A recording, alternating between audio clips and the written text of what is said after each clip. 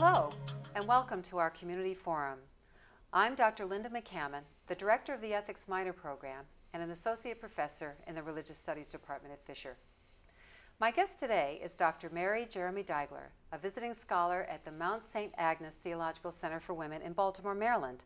May I call you Jeremy? Yes, of course. Great. Please. Now, Jeremy holds a Doctor of Ministry in Church Administration, a Master of Divinity from the Andover Newton Theological School in Boston, and a Master of Arts in Classical Languages from Johns Hopkins University in Baltimore.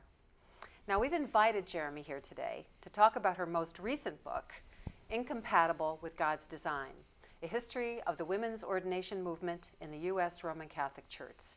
It's an excellent book that explores the movement's historical background from the early American period through the early 20th century to Vatican II and beyond. So that's a lot of ground to cover. So let's begin. So let's begin. Now, I guess the first question, Jeremy, is how did you decide to write the book? I love writing, and I love doing research. And the fundamental reason was that all the writing that needs to be done about this issue has already been done, and done very well. The theology books have been done, the psychology books have been done, the pastoral care studies have been done, the ecclesiology structured research has already been done and written. The history was what was missing, and I knew that I could do that.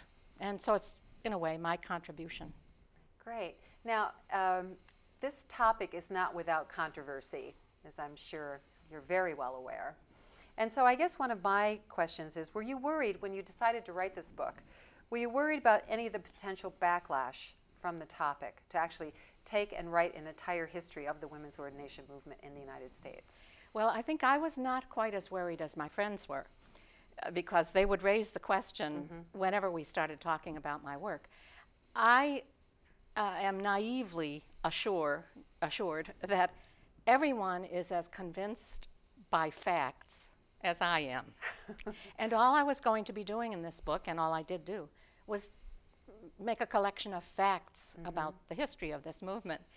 And of course, those who have gotten in difficulties with writing on controversial topics in the Catholic Church have offered hypotheses and theology and gotten into areas that I knew I was not going to get into.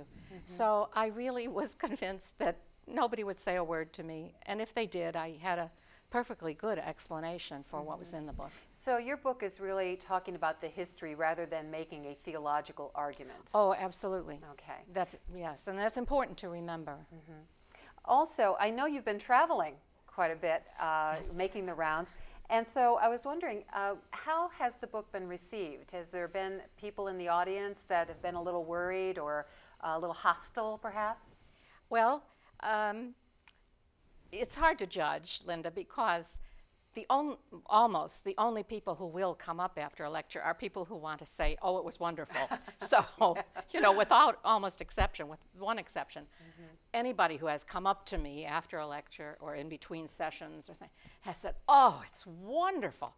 But I know, I'm enough of a realist to know that that's a little skewed. As you were studying this issue, what did you find to be some of the most common misunderstandings about the movement? Oh, I'm glad you asked that, because I found as I was writing the book that I was using the word demythologize a lot. And I know that's an inaccurate use of that word, strictly speaking, but it amounts to debunking a lot of misunderstandings. And that's what I found myself doing a lot of.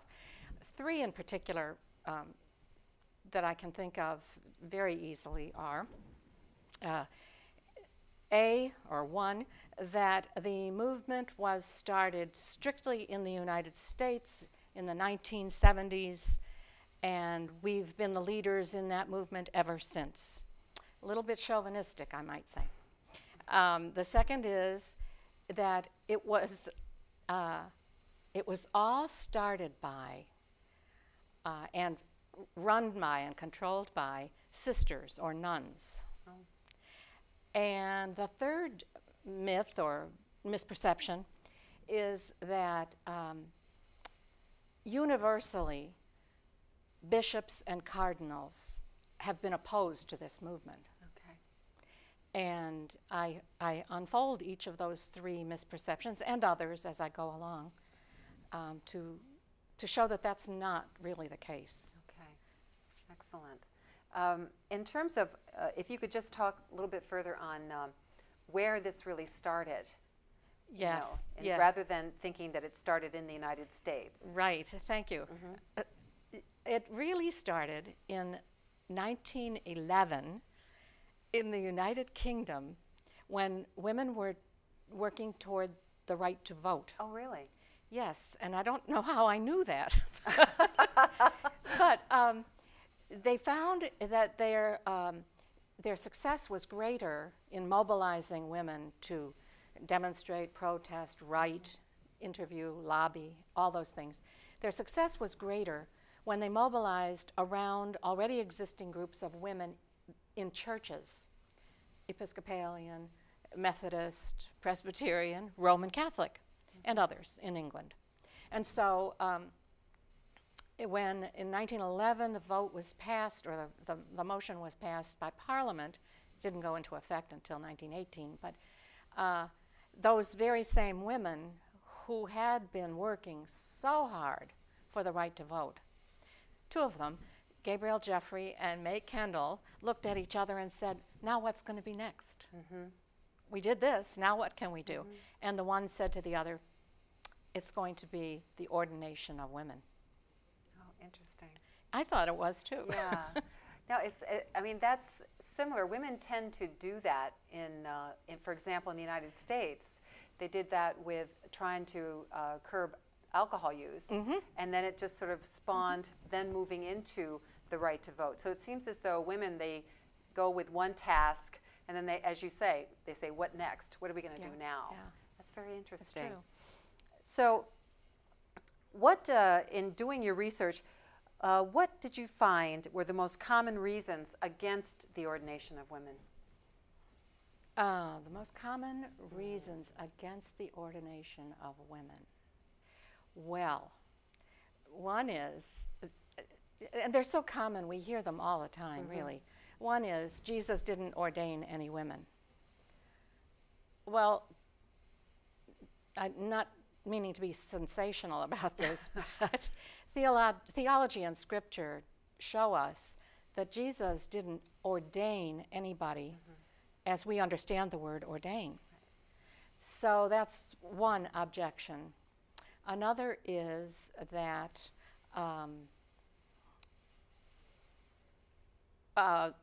because we said so. And to me, that's the one that would be most acceptable if the church would say that. Because, as I said, all the research, all the scholarly work has already been done pretty much in favor of the ordination of women.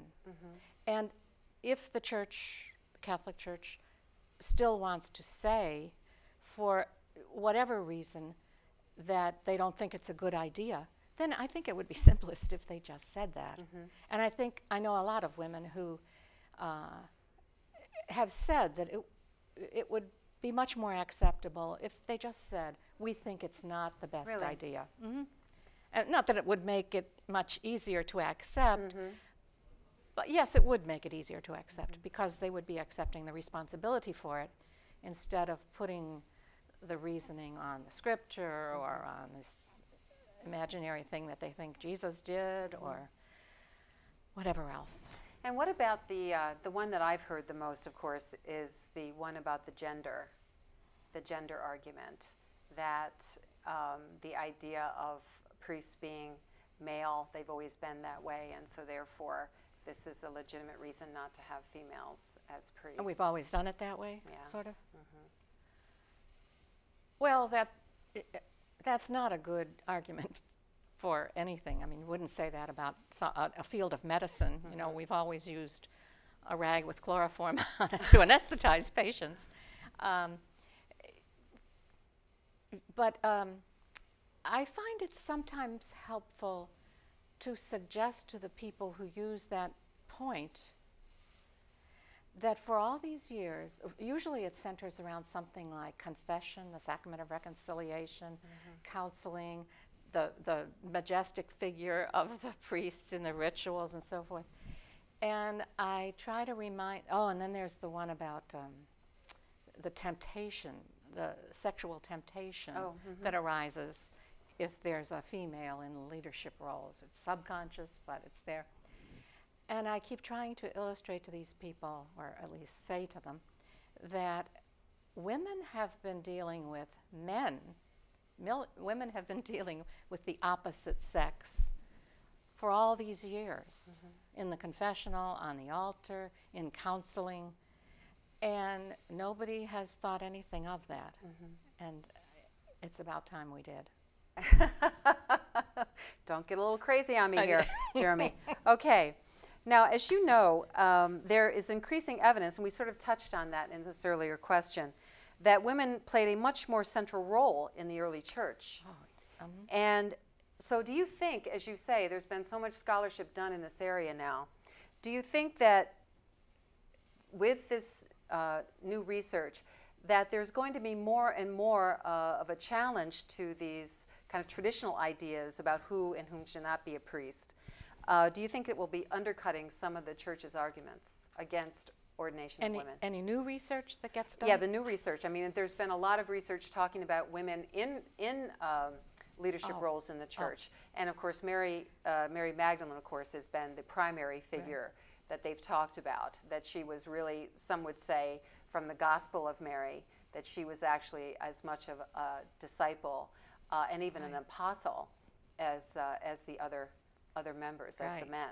So given that there seems to be an increasing amount of this evidence coming forward, what do you think that says for the possibility that some of the traditional arguments could be undercut by that kind of evidence? I think I'm not very optimistic about that alone affecting change, because all of that academic work, the theology and philosophy and psychology and pastoral care and all of those studies have been in existence since the 1970s. The first two serious research projects were they were the doctoral dissertations of Jesuit priests, two of them.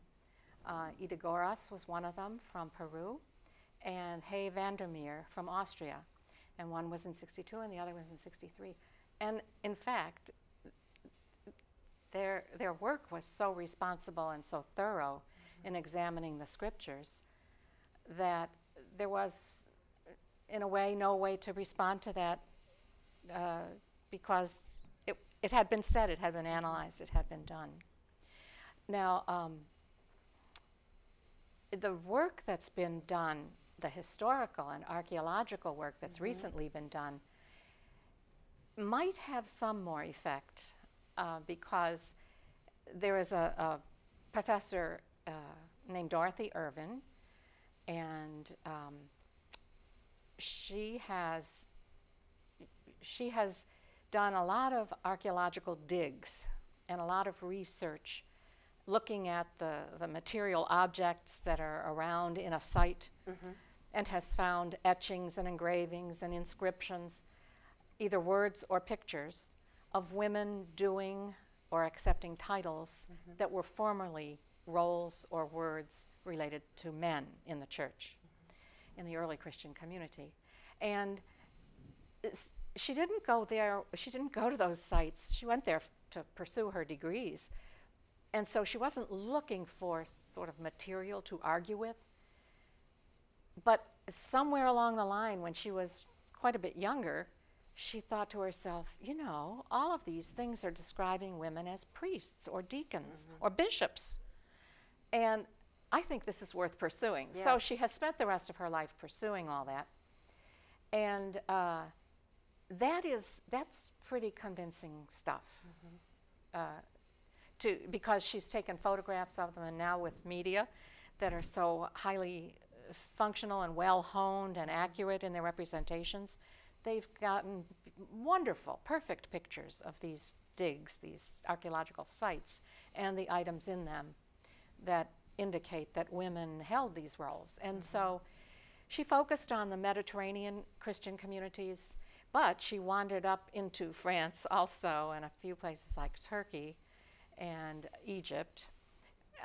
Some of those, of course, appeared in the scriptures, but as centers of Christianity in those days. But others were surprises, like Lyon in France had a very active and large, by our standards, Christian community, and they ordained their women to the diaconate and to the priesthood. So it's hard to refute things like that. But I know people will still try. Well, yeah, one of the ironies of our information age is the fact that somehow facts don't mean as much as they used to anymore. Isn't that odd? Yes, it is. I think you're right. I think we're all aware that in recent years, the church has been very preoccupied with other issues. The most obvious is the sex scandal. And of course, in relation to this issue of women's ordination, the 1994 apostolic letter of Pope John Paul II officially announced that the priesthood was in fact reserved for men alone. And so in light of all this, where do you think the movement is today? Is it still vibrant? Are there still women out there, and men, I should say, fighting for this cause? And you know, where, what is the status of it now? The reason I'm smiling is I think of the current leadership of the American Women's Ordination Conference, which we have to remember is only one part of the total movement, even in the United States. There are groups like this in Japan, of all places, Korea, Ireland, Brazil, all over the planet. There are groups like this. But what I honestly think is that the continuation depends upon whether there are people with enough energy to carry on and enough interest in church to carry on. And there are some researchers down at Catholic University, one in particular, has been researching the issue of church affiliation on the part of the millennial generation and then those generations surrounding that one. And what's their attitude toward church? And we've had interesting conversations about this because he doesn't see much hope for the women's ordination movement in the future because that particular generation is not that affiliated with church. Now, on the other hand, the national office of the Women's Ordination Conference here in the United States is staffed by two vibrant, very young women who are very clever. They were in Rome during the papal elections. And every day or every night they stood on the Janiculum Hill, which is right behind the property of Vatican City. And whenever the black smoke came up out of the chimney, they would shoot off some device they had that made pink smoke. Oh, really? Yes. So there they were, making a splash in the papers in Italy, at least. Oh, that's great. And in some places in the States because of technology that captures such things and circulates them. So, I mean, that's only one pertinent response. But they can master technology in ways that preceding generations couldn't. They get the word out there about who's speaking where, and you know, you're from Las Cruces, well, there's going to be somebody out there next week, so-and-so in such and such a place. Go see them, go talk to them, go listen to them. So, I mean, in the Religious Studies Department, we also talk about this fact that there seems to be, and the Pew Research Center came out with a recent report about the fact that so many people are becoming non-affiliated. They call them the nuns, ironically. Yes. The nuns. And so is it possible that perhaps women could be in the forefront of new models of church? That this might be a way, if they can't be ordained within the present church structures, that they might actually be on the forefront of developing new models of church? Well, there is one group. Are you familiar with the Roman Catholic Women Priests movement? I'm not. RCWP? Oh, no. Well, tell me about it. I will. It started not in the United States, but in Austria and Germany, when the people there just were at their wits' end about the then emerging child abuse, pedophilia scandals in Austria and in Germany. And they formed a group called We Are Church. And they started to do education of the people, and part of that education was the clergy and what it would look like to have a female clergy. And they found a bishop who, the problem is that it all remains so extremely confidential. I mean, I don't have it either, so I'm not playing games with you and saying I can't tell you. They found a bishop in Austria or Germany who is described as being in good standing with the Roman Catholic Church, who ordained the first group of 7 women over there. And again, this is another example of how worldwide the influence is on the United States. Yes, you know? yes. It started there, but very shortly after that, the women in the United States heard of it and became interested in it. I think some of them even attended that ordination in Austria, Germany. It's hard to say which country because it was on a river that borders the 2 countries. Okay. But they came back full of life and energy about adopting it as a new way of doing things in the States. And in fact, they have had, I'm going to say a couple of dozen of these ordination ceremonies in the United States. Interesting. And there are about 150 of them now scattered around the United States. Now, what I want to say is, it's new to us, but we have to remember that in the 1940s and the 1950s, there was a movement amongst the male clergy in France called the worker priest movement.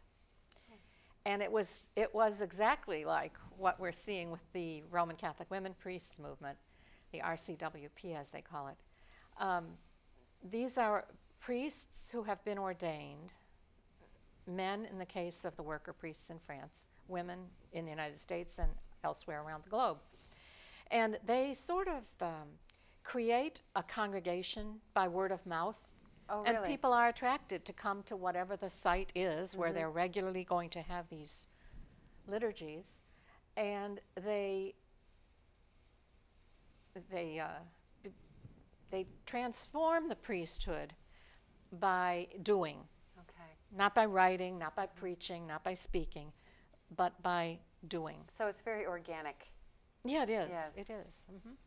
Now, I can't let you go before without asking you, with the election of the new Pope, of course, do you think that Pope Francis I will be open? And here is a man who's Jesuit trained, was very much involved with working with the poor. He's known for this, and the dispossessed. And so do you think there's any chance that the Church's stand might be lessened or rethought, or can we be that hopeful about the new Pope? Oh, well, that's putting an awful lot on his I know. shoulders. And he's so new. Yeah. But the way I look at it is there are a couple of things that really, really need to be done first before the ordination of women. And one of them is to clean up the sinfulness and what's going on in the Roman Catholic Church structure and organization. And I do think that Pope Francis intends to do that. Yes. And I think he will be able to do that. His actions seem to match his words, and that's very convincing. And I think he would focus on that first. On the other hand, no, I shouldn't say on the other hand, but at the same time, I think he's open to women's concerns. And I just think he has to have a different set of priorities right now because the other is so immediate. Yes. The reason I believe that he probably is a man who can be concerned about women's issues is that the Jesuits in 1995, right after that document came out from the Pope, they had what's called their general congregation. It's a large worldwide meeting of representatives from all the different Jesuit communities or provinces around the world. And at that general congregation, as it's called, in 1995, they had a section on establishing solidarity with women in the church. And in that section, they not only said that they wanted to be helpful, but they said, we acknowledge that we have been part of the problem. And he can't have been, I know he was a very upstanding member of the Jesuits, and still is, but he couldn't have been an upstanding member of the Jesuits without grappling with that statement from their general congregation. And so I believe that over and above whatever else he has to do, there's that inside him. Well, I guess we're going to have to wait to see whether he changes the office or the office changes him, or there's a little bit of both. It will be interesting to see. I know a lot of us are very hopeful that there will be some change. This is a marvelous book. I enjoyed reading it very much. It's very well done historically. You've done just a tremendous amount of research, and this really is an important contribution to understanding women's experience in the church and in the world. And I just, closing, what your thoughts are, because I sometimes get a little bit despairing about the status of women and girls in the world today. And from a Christian perspective, what do you think needs to be done to improve their status? Well, we have just about a minute. Yeah, okay. If I knew the answer to that question, we'd all be millionaires. Oh. Is the short, funny, not serious answer. But it's a question of changing attitudes, and it's a question of education, and it's a question of healthy and unhealthy mixtures of church and state, or maybe I should say secular societies and fundamentalist religion societies, or any religious society. And that is going to, it will happen, but it's going to take, it's going to be beyond you and me. I know that, Linda. But in the meantime, it would be nice if I could come up with a solution that I could patent. I suppose. Yes, please keep me informed about how that works out for you. Well, it's our time is up, and I wanted to thank you so much, Jeremy, for talking with me about this topic. It's so very important. And thanks to all of you for watching our community forum. Thanks a lot. And thank you. Thank you. It's been a pleasure. Oh.